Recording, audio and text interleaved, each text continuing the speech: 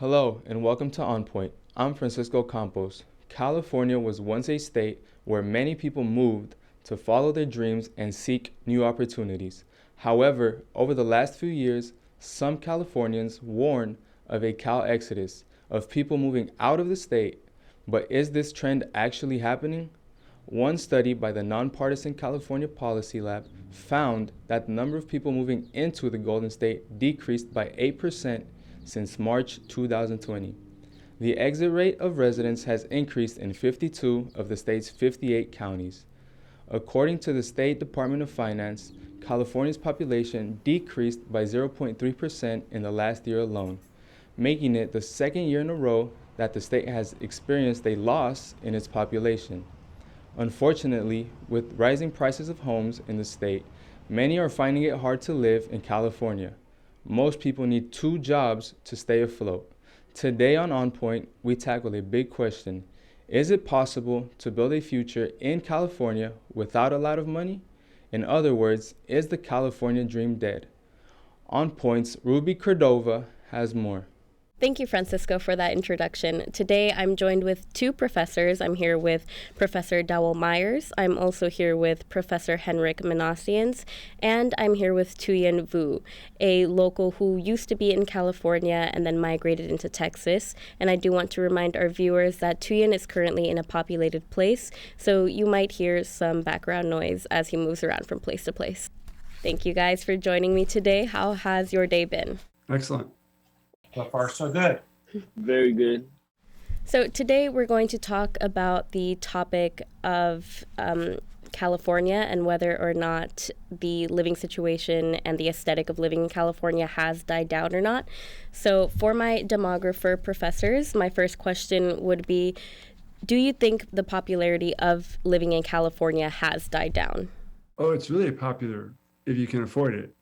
And those of us who are already here have got a foothold. And newcomers, they want to be here too, but they have to figure out a way to, find who they can share an apartment with or a house. I don't think it's died down. All the athletes want to be here. That's why our sports teams are so good, because people will come here. They want to live in LA. No, I think it's just that the boosterism in other places has gone up, and we're kind of just coasting on our laurels right here. And for Henrik Minassians, do you think that the living situation in California is not so much an ideal for most people? Yeah, I mean, a lot has changed. And one of the major issues that California is facing, obviously, is the housing crisis that we have seen in the past at least 15, 20 years. And cost of living has gone up. So it's not anymore the ideal place that a lot of people, particularly in the 70s, 80s, and even parts of early 90s, many immigrants would come to California to live here. But now it has become extremely unreachable, very difficult. And I take a slightly different position because I look at County of Los Angeles. Yes, we have a lot of wealth in this county, but also we have 25% of the county population. They live on some form of a public assistance program. So it's a reflection of also extreme levels of poverty. Absolutely. And, with that, I'm sure inflation is also a big contributor in this situation. So do you think inflation has also been the cause of people moving out of California? I would say inflation has played a role. Definitely when it comes to housing, we saw what pandemic has done by increasing the housing cost. But also the way I look at it is that I focus on housing myself, and I teach housing policy at Cal State Northridge.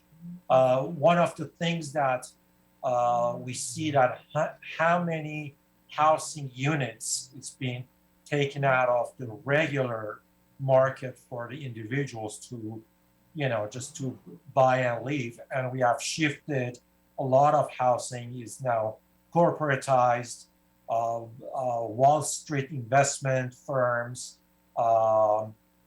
foreign investors purchasing housing. So it has pushed up the price of everything up. And then you add the issue of inflation, which that adds to the construction costs and labor costs.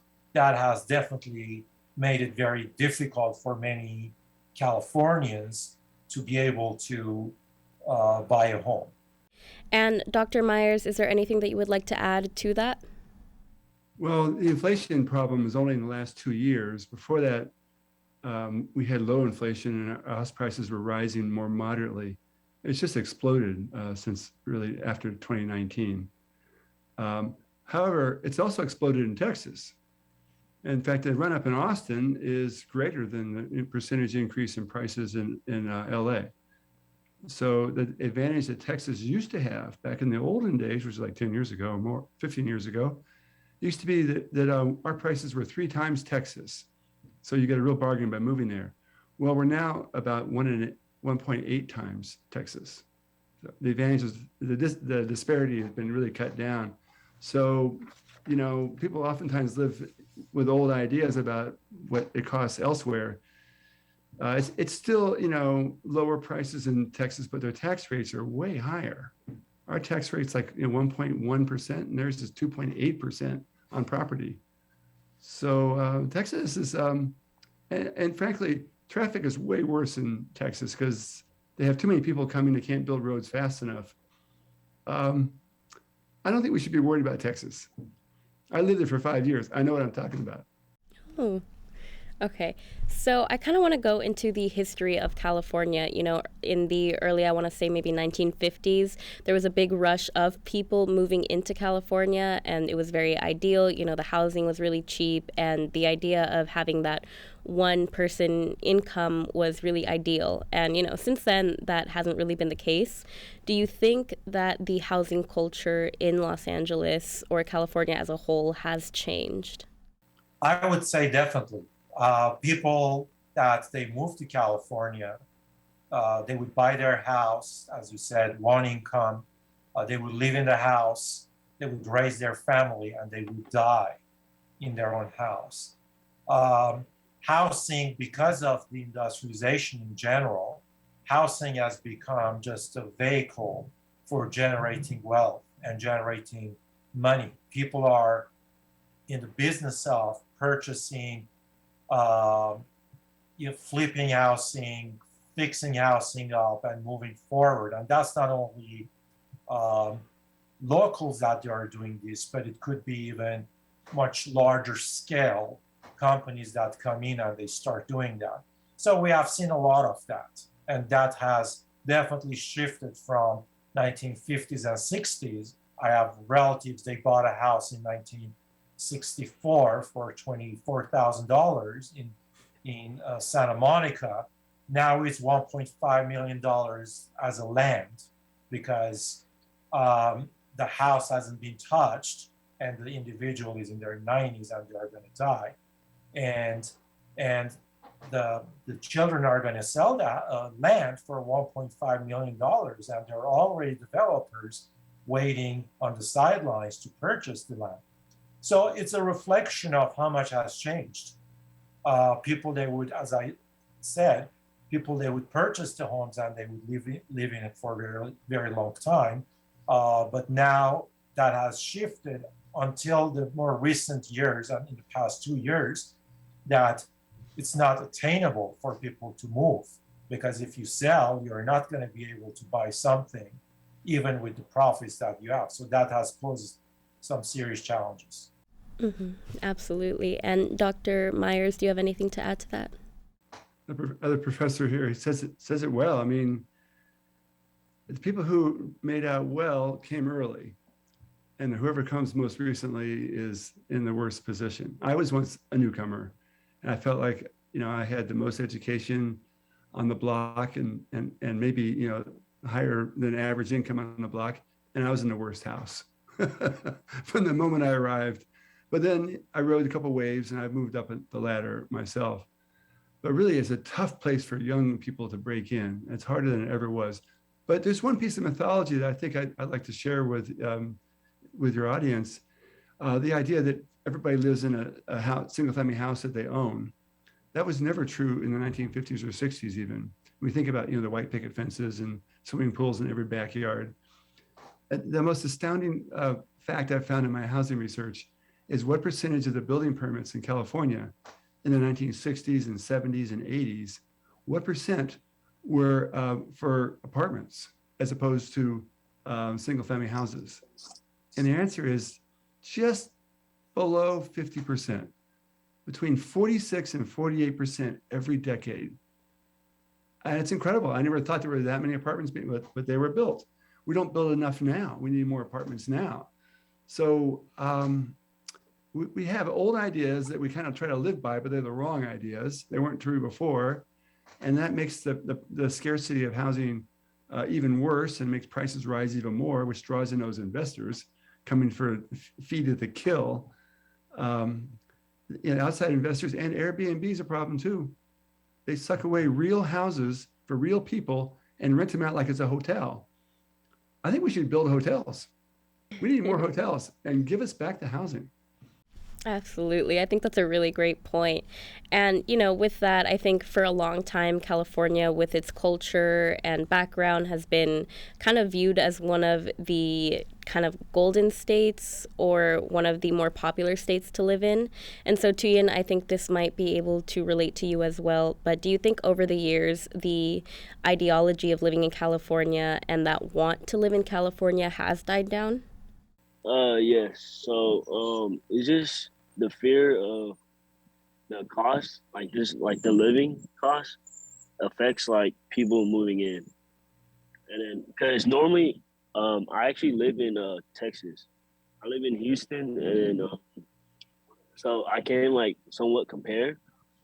But it's just like now I feel like there's not like a lot of people that want to go to Cali because of like the living cost.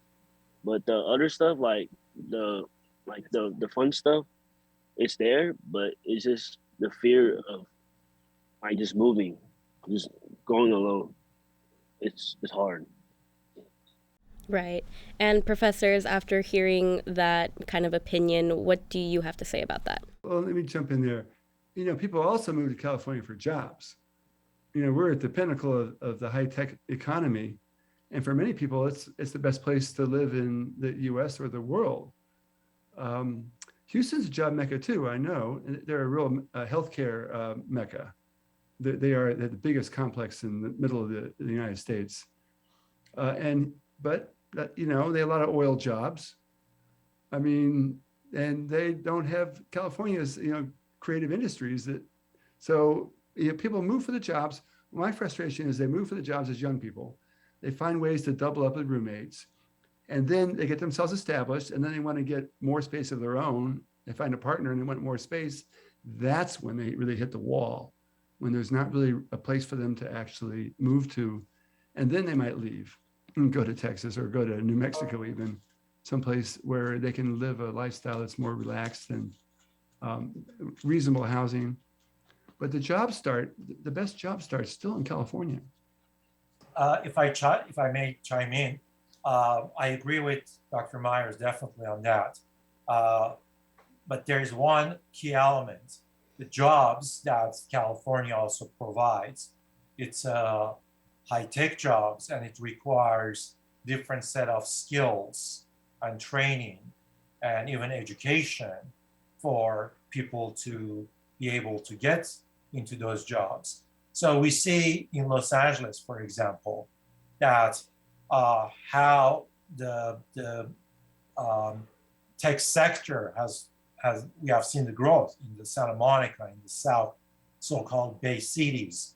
And at the same time, cost of living, particularly housing, has gone up so much that the same tech sector, younger people are moving to communities that prior no one wanted to live in them, from Culver City to Inglewood. Inglewood is completely becoming gentrified, and almost 60% of Inglewood are renters, and so investors have moved in, and rents are going up. So automatically, existing people that they live in some of the vulnerable communities in Southern California are being pushed out.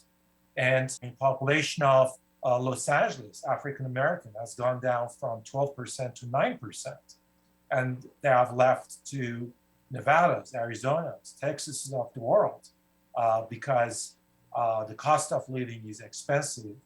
So we see these dual challenges, people with very low income and doubled up, tripled up, living together in communities such as Linwood, Maywood, Southgate. And then you see the extreme wealth among the younger, tech savvy, that they're pushing the price of housing, rentals, $5,000, $6,000 a month in rentals. And it has created this massive disparity between kind of haves and have-nots. And that's something that I'm always interested looking at and examining. Mm-hmm. You know, I'm really happy that you brought up the idea of gentrification. Do you think that gentrification has been one of the issues of why people have left California? Gentrification, if you don't have the income or you don't have the expertise, as we were talking about, as Dr. Myers was saying, you know, we are we have become California, and Los Angeles has become a high-tech center. You know, it's a very innovative, creative place for people. It could be arts, it could be technology, but the ones that they do not have the skills, they are pushed out. And that's where the gentrification comes in. We have seen a greater rise in housing percentage-wise and population in Inland Empire, in riversides of the world. Why? Because Los Angeles is no longer reachable for many of those people, that they might have a decent income, but decent income is not even sufficient for people to enjoy life and have a property, let's say, in Los Angeles. So that has definitely shifted a lot of things. And yes, the cost of housing has gone up through the roof everywhere, being Houston even, or being places in Arizona, New Mexico. But still, it's more reachable than places such as Los Angeles. Mm-hmm. My next question is actually going to be for Tuyen.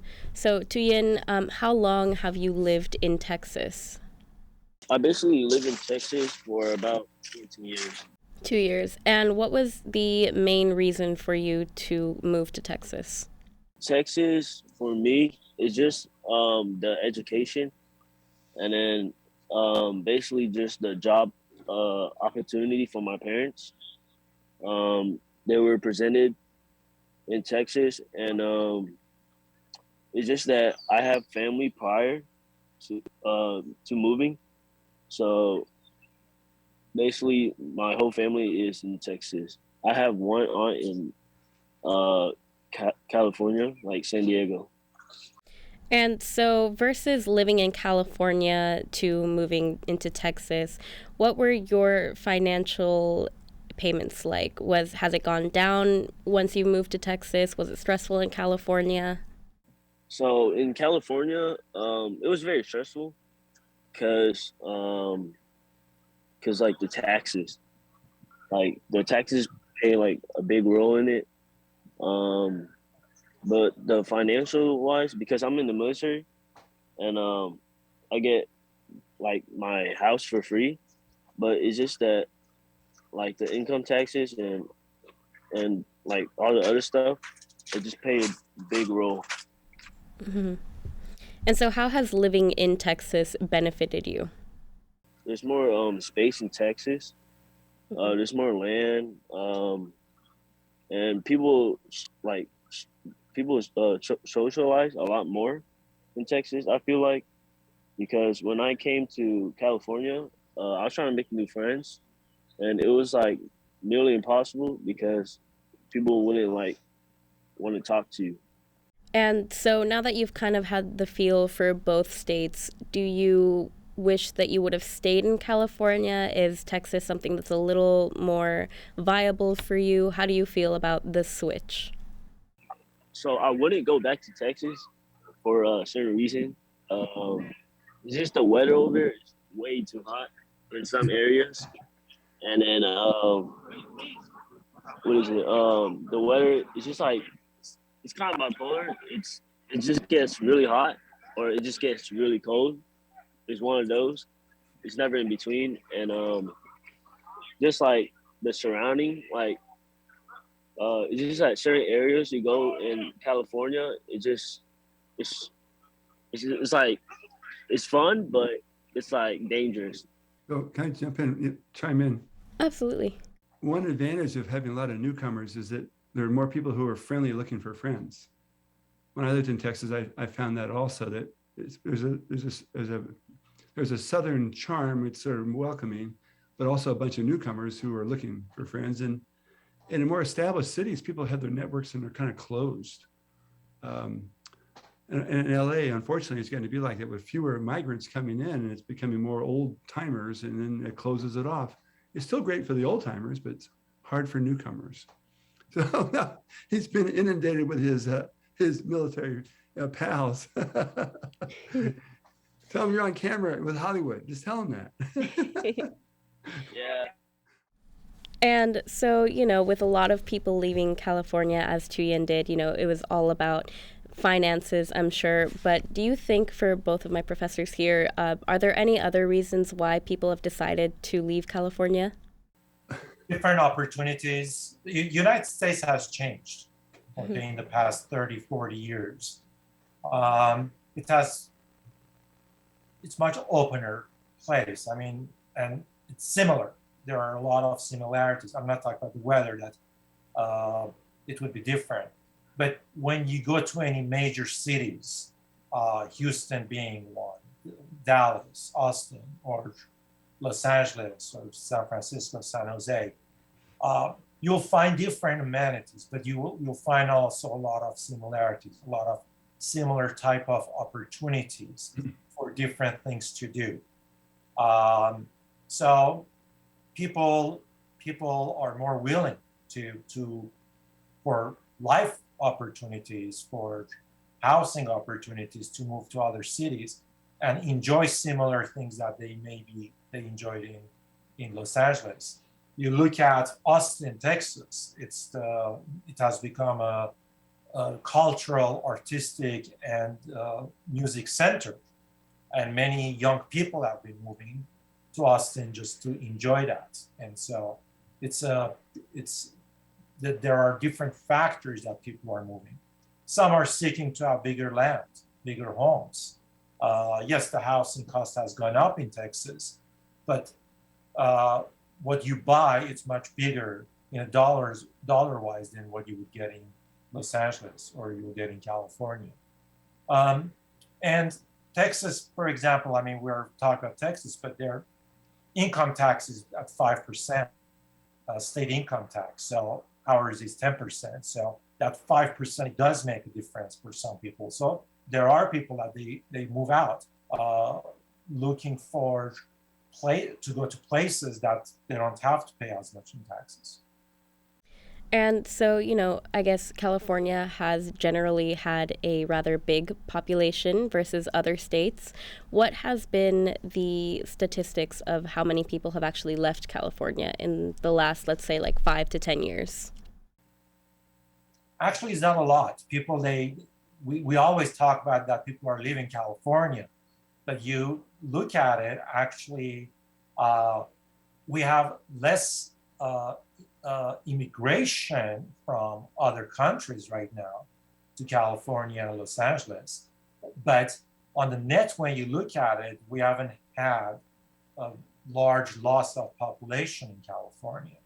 And it's some have left, and then others have come in because of other opportunities that they have here.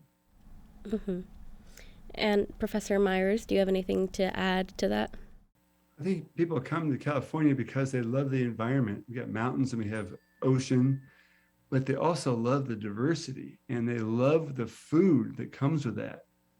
Now, Houston is also actually benefiting from a food revolution too. It has more diversity also. The rest of Texas, not so good. And I think that Californians are just used to this lifestyle where there's so much variety. And you go someplace else and it's so plain vanilla.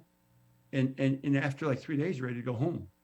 Yeah. So once you know the difference and you've seen it, and in other cities, even Omaha is getting better food than it used to have. It's a national movement, but I think a lot of people think that LA is the epicenter of the good food. And by good food, I don't mean expensive. I mean variety of really interesting food. And the proof of all that is that we won a Pulitzer Prize here, the first ever for criticism by a food critic, our man Jonathan Gold, based on talking about LA. And what was there a movie about that, right? He made a movie. There was a movie made about him called City of Gold. Mm-hmm. That's what it's like. Now there's some hazards, expensive housing. Traffic is not that bad, really. It's worse in some other places where traffic is growing worse. But there's a lot to like, a lot of variety. And once you get addicted to it, it's kind of hard to go elsewhere. The one thing I'll say about people moving around is that we do have like FaceTime. We have a cell phone with FaceTime and we got Zoom. And so you can sort of stay in touch with people more than ever before. So that makes a difference now. You can go away and you still aren't losing track of your grandkids or your mother. So I think people all should come try California and see how they like it. Mm-hmm. Okay, everybody. So we're going to go ahead and end this meeting. I want to thank everybody for joining us today. I appreciate the conversations that we had, and it really did bring an insight to just how migration from California to Texas, or really from any other parts of the world, is really kind of opened my perspective on things. So again, thank you so much for joining us today. Thanks for inviting us in. Thank you for inviting us. Of course. Thank you. Have a good rest of your day. Thank you for watching On Point. We'll be right back.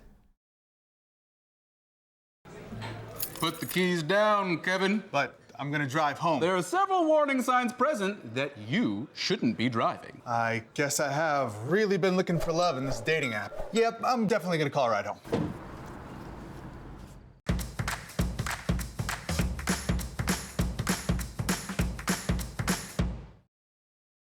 Thank you for watching On Point. You can follow us on social media at CSUN On Point. You can hear us on KCSN 88.5 FM on Sunday mornings at 5:30. You can watch us on LA 36 and Santa Clarita Valley Television. For all of us here at On Point, I'm Francisco Campos.